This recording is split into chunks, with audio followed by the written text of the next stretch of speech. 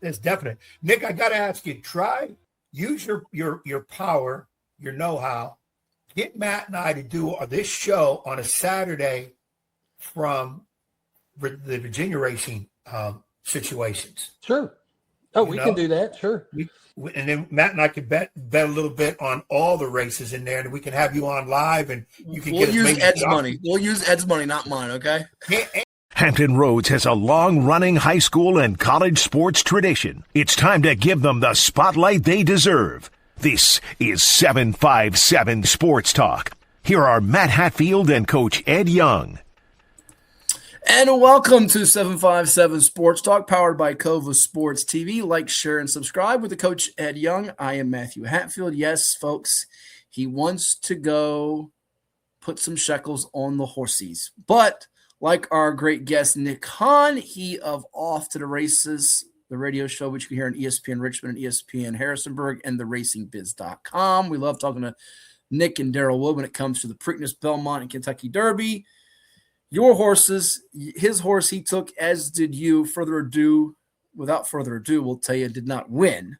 Instead, it was Golden Tempo. Yes, Golden Tempo won the Kentucky Derby, a horse that was 23-1, wasn't brought up about by Nick or Daryl or you or me or any horse racing expert in the country. So it's not just one or two people. That is the winner of the Kentucky Derby, and it was well viewed, by the way, 19.6 million on NBC and Peacock, making it the most viewed run for the Roses of all time, Ed. And the real storyline is not just the winning horse here and the jockey in Ortiz, but Cherie DeVoe, the first female trainer to win the Kentucky Derby. Pretty neat. And if you watch the race like I did, screaming at the TV, come on, come on, come on for my horse to get it done, which for folks that wonder, know, Chief Wallaby did finish in the Superfecta in fourth behind another Virginia horse, or I should say Virginia horse with some connections in Ocelli. Renegade was second, which was on the inside post. Look, had a shot, but Cherie DeVoe is the story here. Pretty cool. This is how much nobody picked Golden Tempo. She's the trainer and was shocked when he won. Yes. If you watched her, she was like looking around like, what? She didn't realize it. She was speechless. She had her money on somebody else. No question. No question. Golden Tempo. She remembers, but when she was getting interviewed, you could tell she was at a loss for words, because I think she was shocked that it happened the way it did. He came from dead last, and they showed the whole thing. That was one of the 4 or 5 most exciting derbies I've ever watched. How about you? I couldn't believe it. The jockey, what was his name? Chris something, wasn't it? No, it wasn't Chris something. Jeez. Or something, Chris. If you were listening to me, the jockey whose brother was also in the race, Jose Ortiz. It wasn't Chris. It was Jose Ortiz, who you see there in the picture. That's right. Miss Ortiz kids. Yes. Ortiz, yeah. And that's Cherie DeVoe who's kissing the trophy. But it was a heck of a race. It really was. And your horse, you know where it finished, right? 6th, 7th? 8th? No, try 11th. But Renegade, I had Renegade second, and he finished second. Yeah. And I had Chief Wallaby to finish first, and it finished fourth. And you had Incredible in your Superfecta, and it was 6th. But if you put $1 down on Golden Tempo, you would have won $48. $2 would have won you $96. And I believe the Superfecta, which is 1, 2, 3, 4, the trifecta is 1, 2, 3, win, play, show. But the Superfecta of Golden Tempo, Renegade, Ocelli, and Chief Wallaby for $1, or it might have been $10. I forget how much it was. I think it was $1. Paid out $94,000. Why do we not know these things ahead of time? I mean, it would have been nice, right? Everybody would have had a Merry Christmas in the Hatfield. I would be in Aruba right now, sending best wishes to everybody. Right. You would be in Aruba. You would not be doing the show. Exactly. No, I would you not be doing the show. You would have told Ham Country and Smithfield, your loyal Packers friends and family and loved ones, adios amigos. I'm going to be with Mr. Ortiz in Aruba. I'll help you find somebody. You would have exactly right. Would have exactly done $94,000. Of course, the government, after the government and state take everything, you got about $4.25. You can't even buy gas with it. This is not false. What do you make? We'll play later on in the program. By the way, we've got a special guest, Mark Rutherford, softball coach of Deep Creek, going to chat with us about the Hornets 14-1, 10 straight victories, a little high school softball. And by the way, we got a moment. We spoke about it on our Saturday edition of the program, Away from TV. Ice Cream Every Day, our guy at Virginia Wesleyan, Brandon Elliott, off to a fantastic run over there at Virginia Wesleyan with their softball program. Can you say 41-0? Fantastic record what they're doing right now over there at Virginia Wesleyan. I'm sorry, 43-0 now. They've won 2 more games. 43-0 as they're in the ODAC tournament. Fantastic work. So we'll be talking more softball with him. But what do you make, Edward, in the last 24, 40 hours of what we've witnessed in the NBA playoffs and the NHL playoffs? Quadruple game 7s, the Montreal Canadiens on the hockey side of things. The Canadiens get it done behind Alex Newhook. He breaks the tie, 2-1. Out are the Lightning, no Thunder. Well, wait, we do have Thunder, Oklahoma City on the NBA side of things. But Boston drops a game 7 at home. No Jason Tatum. Philadelphia behind Joel Embiid gets it done. Tyrese Maxey was the key. Detroit comes from 3-1 down to beat Paolo Banchero and the Magic, and the Cleveland Cavaliers erase a 10-point first-half deficit, and they win by double figures Sunday night, 114-102 over the Toronto Raptors. So home teams win half of them, Cavs and Pistons, but a road team getting it done in the Canadiens in hockey, and the Sixers come from 3-1 down to stun the seas. Be honest, after I saw Boston lose to Philly, I went blind on everything else. I was shocked. Nervous going into game 7 because Philly got it to game 7.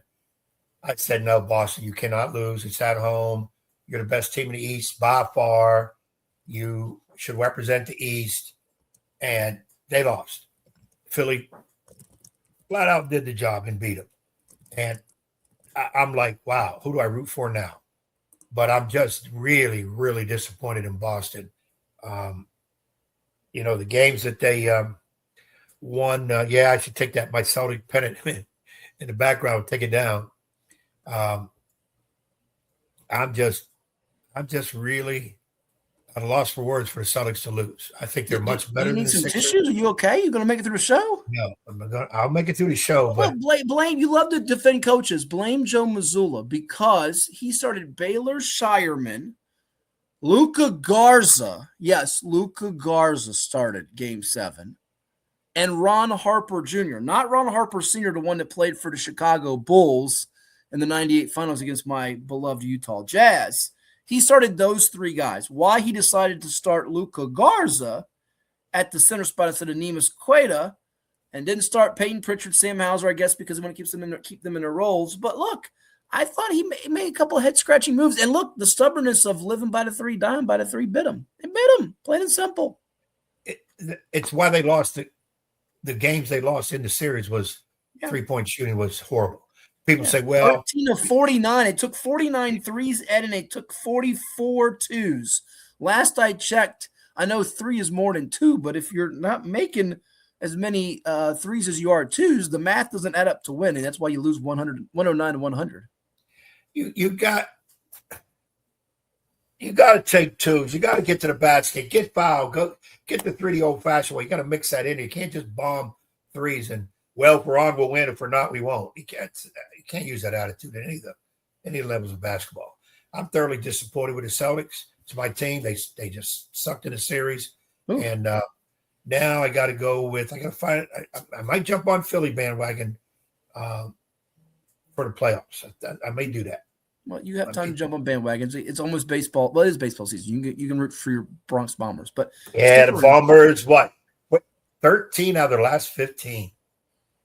Yeah, they're winning the junior circuit. We won't talk about my D-backs getting swept by the Cubs. Another time, another show. Stick around. We've got more coming your way. I'll say this before everybody else does. I know it's only May. I understand there's 30 more games to go. I understand. Mm-hmm. I understand.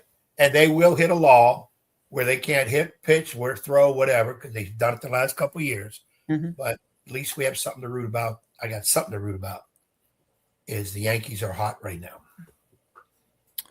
Well, they are. Coming up, as we mentioned, Mark Rutherford's going to join the show. But when we return, we'll talk about a quarterback going to Alabama from the Commonwealth and a Virginia football team. I know it's spring sports season, but a Virginia football team taking on a top 50 caliber foe in the nation, plus a tribute to one of the best that we lost that passed away this past week on the sports scene. It's all coming your way on 757 Sports Talk. That's right, 757 Sports Talk. And they're watching where, Ed?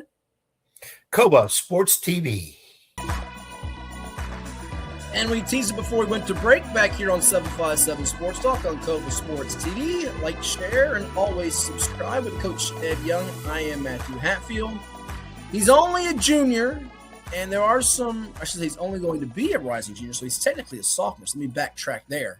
We have at least maybe 10 or more, could be 11 or 12 players from around the Commonwealth in the class of 2027. That's current juniors, soon to be seniors in football that have committed to colleges. Names like Derek Fisher of Bethel, who's going to Virginia, and Hampton lineman Gene Jones Jr., who's going to UVA, Lonnie Andrews III, a quarterback from Oscar Smith headed to UVA, Maricus Banks, the quarterback once from Phoebus, now Green Run, going to Old Dominion. We talked about last week, Matt Williams of Maury, the versatile athlete, wide receiver, quarterback, going to be a defensive back in the SEC for the Vanderbilt Commodores, Ed. But there is a sophomore, soon-to-be junior quarterback with a big arm. I mean, this kid looks like he's already 18, 19 years old. He's put together, rocket arm, and he's going to play at Alabama. Charles Scott Jr., quarterback from the Huguenot Falcons, if you recall last year from the 804 Region 4B, lost the region championship to eventual state champion Verina, and he's headed to Alabama. The Crimson Tide, roll Tide. I don't give a bleep about nothing but the Tide, as our man Willie likes to say. Last quarterback to go to Bama, Ed, from VA was, you should get this. You should get this. This is very easy. You should get this. We've had him on the show before. He was coaching not too long ago. Philip Sims. That's right. Former PA coach, Oscar Smith, record-setting quarterback. So what do you make of this? He's not even a junior yet. Do you like, and I don't want you to be the guy that hates on this, please, because this is a great moment for this kid who's deserving, talented, quality athlete and young man. Players committing before their junior year, and is this something that you worry about, whether he still wants Bama, Bama still wants him by senior year before he signs? Because it's pretty unusual to commit before your junior year. First and foremost, congrats to the youngster. Excited for the youngster. If it's where he wants to be and they want him, who are we to say anything otherwise? Okay. Now, when you commit, you're not signing. You haven't signed yet. You're committing. So what you're doing is he's telling Alabama, I'm coming. Now it's up to Alabama. Do they keep recruiting a couple more quarterbacks? Because in most classes of the big boys of Alabama type, they don't have one or two guys in a class. You're looking at 4, maybe 5 in a class. Because of attrition, you don't know what's going to happen down the line, especially the earlier they commit and of course, when they sign. So I don't have no problem with it. If I'm advising one of my athletes and that's what the parent and the kid wants to do, by all means, do it.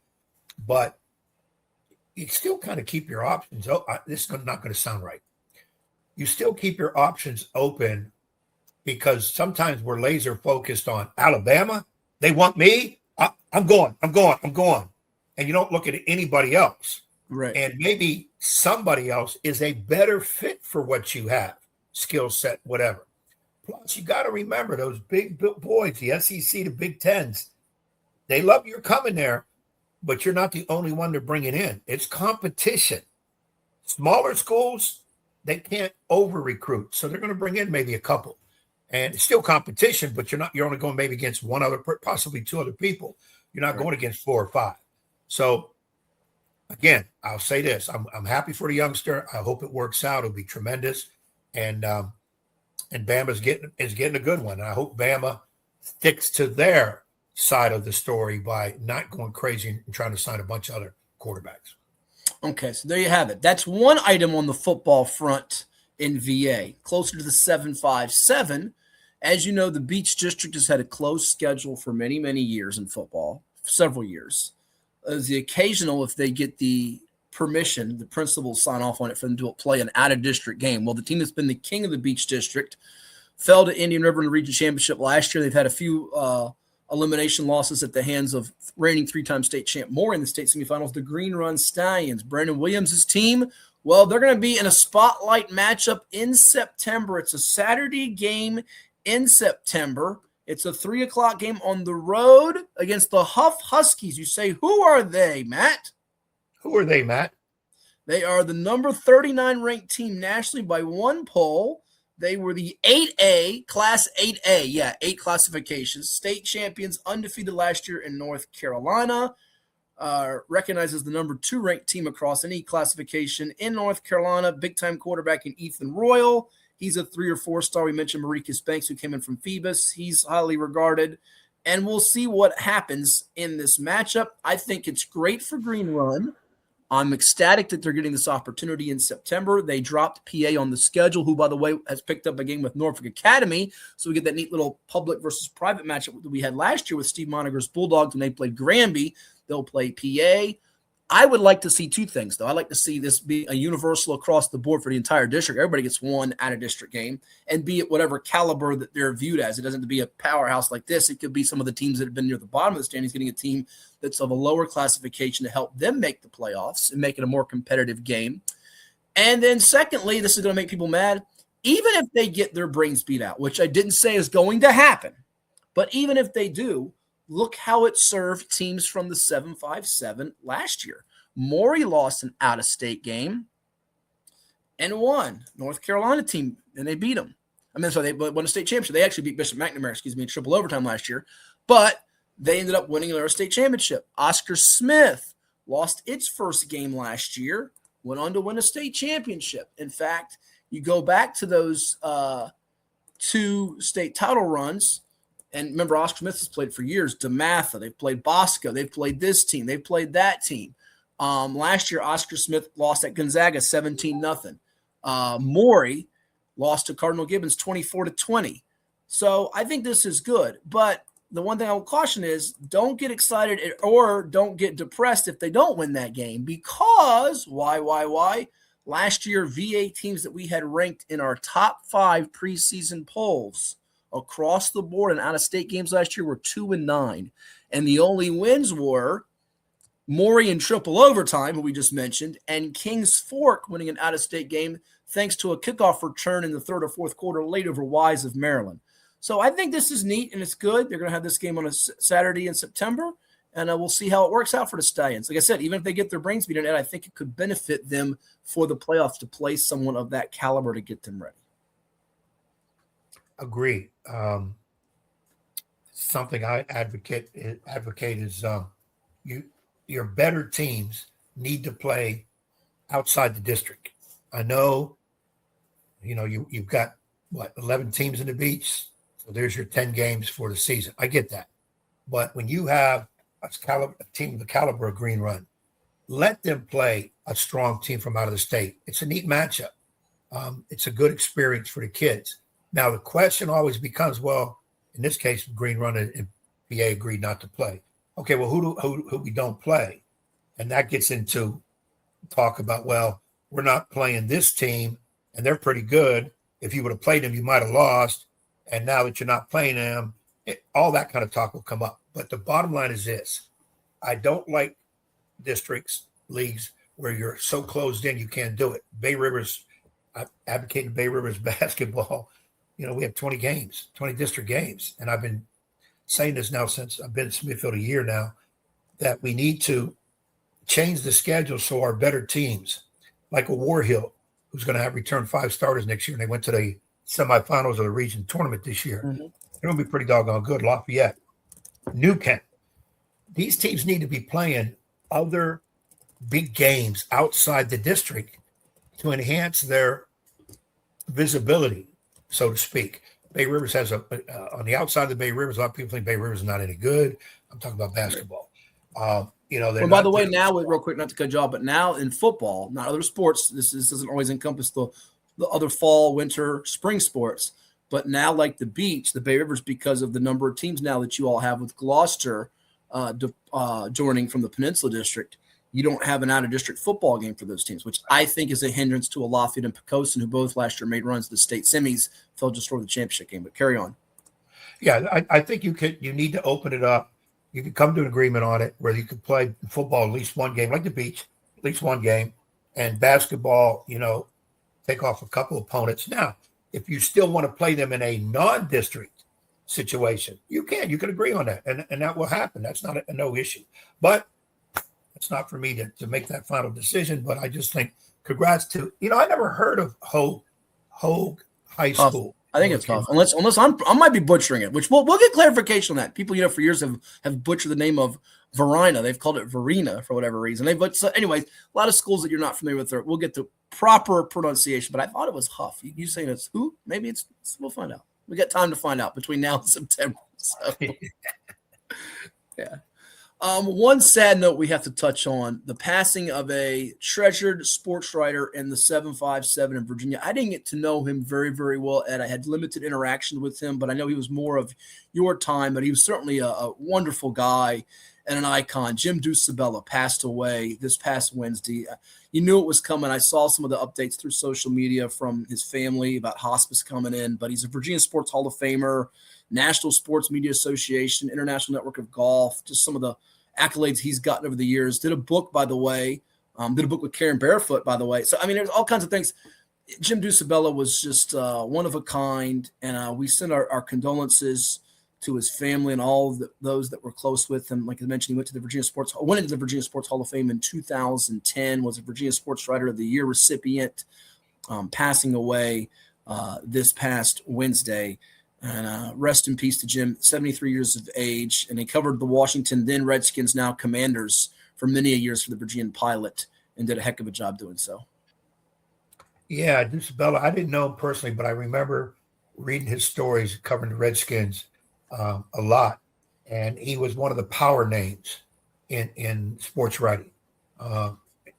You had to read his column. You wanted to read his stuff. He was up to the point on everything, and good insight on it. That's a tough loss. I know he hasn't been a writer for a few years, but still, that's a name guy. That's a power guy. So condolences to family and friends.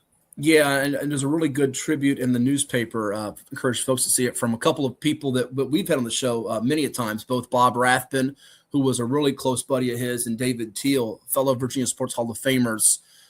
David wrote the story just talking about him. He got quotes from Joe Gibbs, by the way. You get a quote from Joe Gibbs that speaks volumes. And rest in peace to him. And his book, by the way, Par Excellence, The Celebration of Virginia Golf and King of Clubs. I haven't had a chance to pick up the book and read it, but I'm going to probably do so when I get some downtime, which I don't get a whole lot of, as you well know. But rest in peace, and get our thoughts, our prayers, our condolences to those that were close with the Deuce, as he was known, Jim Ducibella. I mentioned it earlier. We've got a lot coming up on the program. We'll be joining the 11 o'clock hour.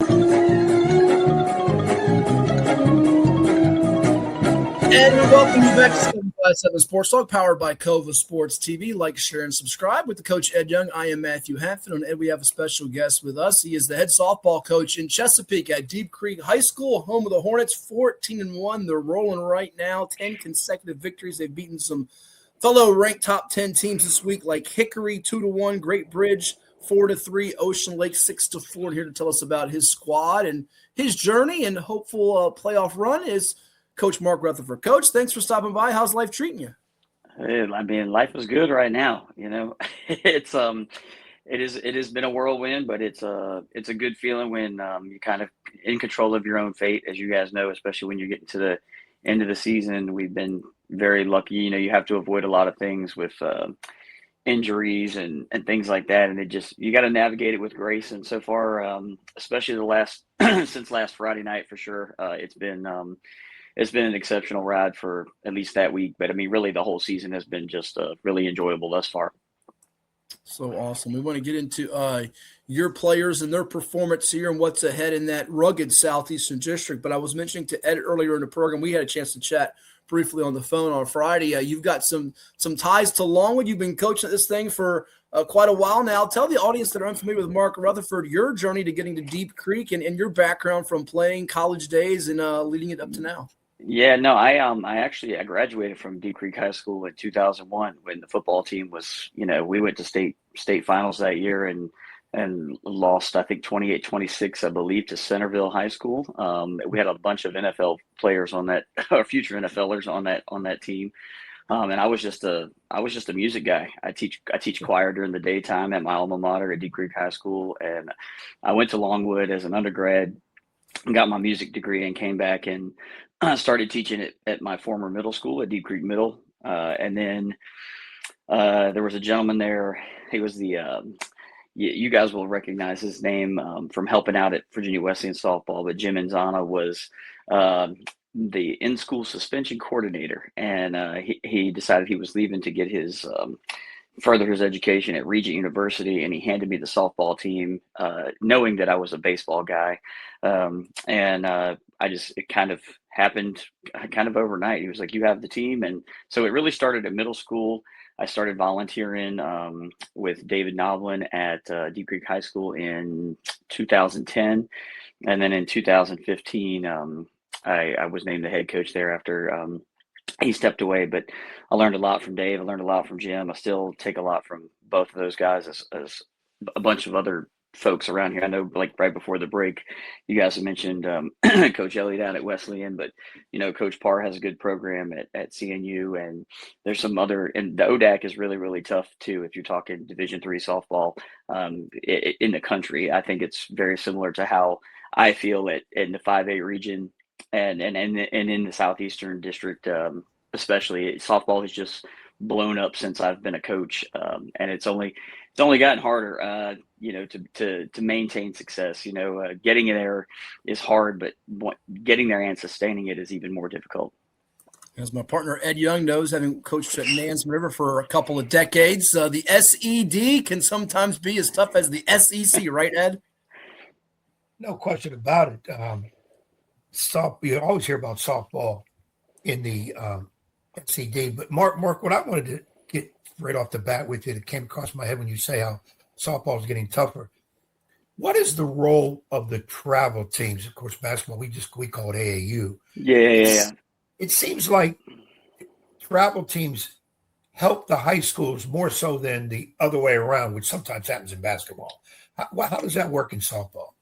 I think it's a it's a case by case scenario. I think I did dabble in the travel world for a while, and it was really successful. I coached against some really, really great people there. And then, when you get that travel experience, those kids, it is like that year round conditioning part, sometimes, your job as coach is just to try to make sure, like, there's preferences and absolutes. I tell this to the kids all the time. There's a preference of how you might want to stand, like a stance or going to like a swing thing, but there's absolutes that have to happen in order for you to be successul. Your eyes got to be down. You got to see what you're doing. We have to be able to catch and throw, play defense, and things like that. But I think, you got to navigate it with grace, because sometimes these kids can get really, really tired. They can get burnt out, and that's the last thing you want to do, especially, a kid still has to be a kid at some point too, I think, especially like these kids, we have prom coming up and graduation and things like that, and they don't get those things back. And so I think you just got to communicate a lot with your players and the staff. And, I've been really fortunate this year. My kids over communicate a lot of times. And that makes life a lot easier on my end. Well, and see, that was my next question going to lead into, and you mentioned it, prom, graduation, which always somehow hits the good spring sports teams that are moving on. Now, I ain't got to worry about that in basketball because, we're playing in the winter. There's no prom and there's no graduation. Yes, sir. How, you have kids that miss a prom, or they'll go to a prom, maybe miss a game, or can we go to graduation in our uniform so we can hurry up and get back? How do you handle all that?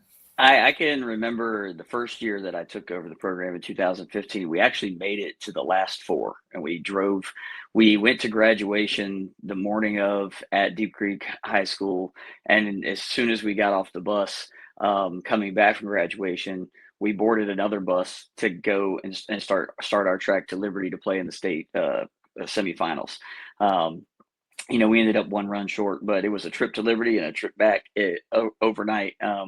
It was busy. Again, you try to work it out. I know there's been scenarios where, certain seniors on certain teams from other parts of the state might have received their diploma walking on the softball field with the principal instead of on the stage with the rest of their classmates. And that's hard. It's it's cool because you're celebrating their achievements and all that stuff. But it is, with prom, ours is, fortunately, it's on a Saturday this year. So, and that the Friday before, we do not have a game. I try to find that out early in the season. With our schedule, we get, I think, 13 or 14 games scheduled, and then you have to go and solicit the rest of your competition for the year, trying to fill out your schedule, whether it be 20, 21, 22 games, so that you can have your quality wins at the end, but you can also have played competition, but also build in a rest day here or a rest day there. We're in a good spot right now, and I'm really, really thankful for that. Chatting with Mark Rutherford. He is the head softball coach of the Deep Creek Hornets, our guest here on 757 Sports Talk on Cova Sports TV. Like, share, and subscribe. 10 in a row for them, 14-1 on the season. Let's dive in on it, Coach. Who are the standout players? Any with some aspirations for the next level? I imagine so, be it ones that are pitching or hitting for you. Tell us how this team's gotten to 14-1. What you like most about them? Honestly, I mean, this is probably the deepest that the team has been since I've been here, and that's saying a lot. I've had some really talented athletes, in the time span that I've been at Deep Creek. I think we're at 19 or 20 students who have moved on to play collegiately someplace. And I think, definitely we have some aspirations of some more. I would say probably one of our biggest offensive threats right now is our catcher. She's a junior. Her name is Izzy Schallenbarger, but she kind of helps command the staff a little bit.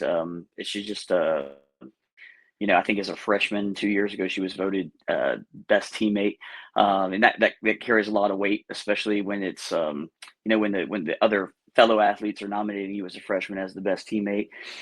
We have some hungry kids that are freshmen and sophomores that are doing great, but a lot of it is it's leadership. Senior leadership is good this year.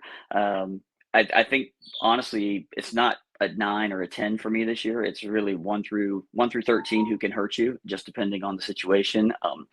Lily Barham and Lara Frey have been stellar in the circle. I think their combined ERA is something like 1.5 something. Lily's been absolutely dynamite. She pitched really great against Hickory on Tuesday. We tried to run it back on Thursday against Great Bridge, and all was good, but the legs started to get a little bit tired after 3 games on that. So it was Friday Ocean Lakes, Tuesday Hickory, then Thursday Great Bridge. And again, you're trying to navigate it with rest day. So practice on the days off in between is light. Let's go mental. Let's figure out what's going to help us tomorrow. And we're kind of in that same boat again this week, running the very end of this gauntlet, which includes Grassfield and Western Branford. They're both extremely talented teams. Finley Brandt has been a really great addition to our team as a freshman this year. She's the lone freshman on varsity, but she's handling her business. I got some kids playing new positions. Haley Lack's filling in at shortstop this year. Aylin Sims is filling in at first base for seniors who had recently graduated.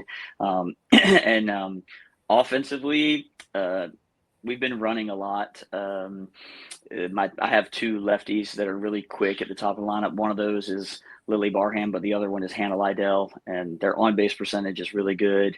If we get either of those kids on base, things will be happening really, really soon. We've got more of our conversation with Deep Creek softball coach Mark Rutherford on the way, plus take your pick on the NBA and NHL playoffs. It's all on the way on 757 Sports Talk. You're watching Cova Sports TV. Now this from those who help make it possible. Stay tuned.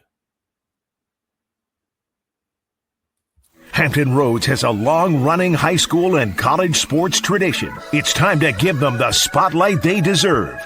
This is 757 Sports Talk. Usually it's Hatfield. That's why I try to tell everybody, get on Hatfield. He is the legal scribe, the talking head that knows all this, puts the whammies on.